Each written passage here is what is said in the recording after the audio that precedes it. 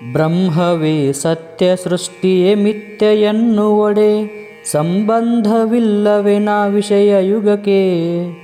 ನಮ್ಮ ಕಣ್ಮನಸುಗಳೇ ನಮಗೆ ಸಟೆಪೇಳುವೊಡೆ, ನೆಮ್ಮುವುದಾರನೋ ಮಂಕುತಿಮ್ಮ.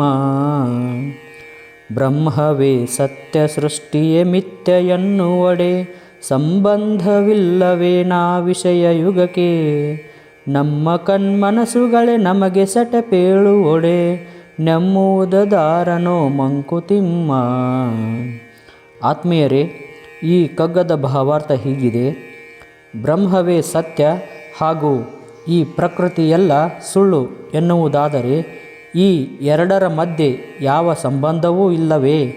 ನಮ್ಮ ಕಣ್ಣು ಮನಸ್ಸುಗಳೇ ಸುಳ್ಳು ಹೇಳುವುದಾದರೆ ನಂಬುವುದು ಯಾರನ್ನು? ಇದೊಂದು ಅದ್ಭುತವಾದಂಥ ಚೌಪದಿ. ನಮ್ಮ ಸಮಗ್ರ ಆಧ್ಯಾತ್ಮದ ಬೀಜ ರೂಪ ಇಲ್ಲಿದೆ.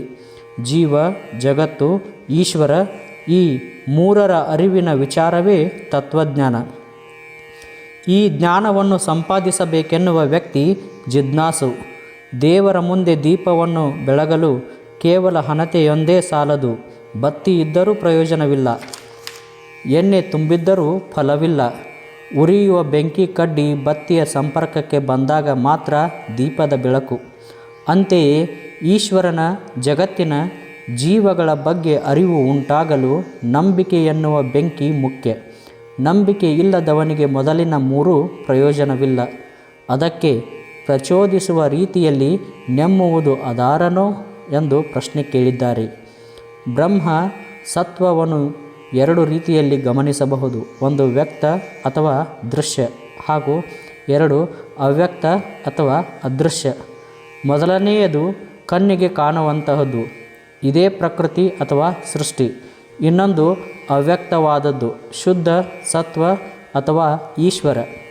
ಕಣ್ಣಿಗೆ ಕಾಣುವ ಪ್ರಕೃತಿ ಶುದ್ಧ ಸತ್ವದ ಅಥವಾ ಈಶ್ವರ ಶಕ್ತಿಯ ಕೇವಲ ಒಂದಂಶ ಮಾತ್ರ. ಕಣ್ಣಿಗೆ ಕಾಣದ ಬ್ರಹ್ಮ ಸತ್ವದ ಮಹಾಸಮುದ್ರದಲ್ಲಿ ಕಿಂಚಿತ್ತಾದ ಪ್ರಕೃತಿ ಪುಟ್ಟ ನಡುಗಡ್ಡೆಯಂತೆ ತೇಲುತ್ತಿದೆ. ಇದೇ ಬ್ರಹ್ಮ ಮತ್ತು ಪ್ರಕೃತಿಗಳ ನಡುವಿನ ಸಂಬಂಧ. ವ್ಯಕ್ತವಾದ ಬ್ರಹ್ಮ ಸತ್ವ ಪ್ರಕೃತಿ ಅಥವಾ ಸೃಷ್ಟಿಯಾದರೆ, ಕಣ್ಣಿಗೆ ಕಾಣದ ಅವ್ಯಕ್ತವಾದ ಸೃಷ್ಟಿಯೇ ಬ್ರಹ್ಮಸತ್ವ. ಹಾಗಾದರೆ ನಮ್ಮ ಕಣ್ಣು ಮನಸ್ಸುಗಳು ಸುಳ್ಳು ಹೇಳುತ್ತಿವೆಯೇ? ಇಲ್ಲ.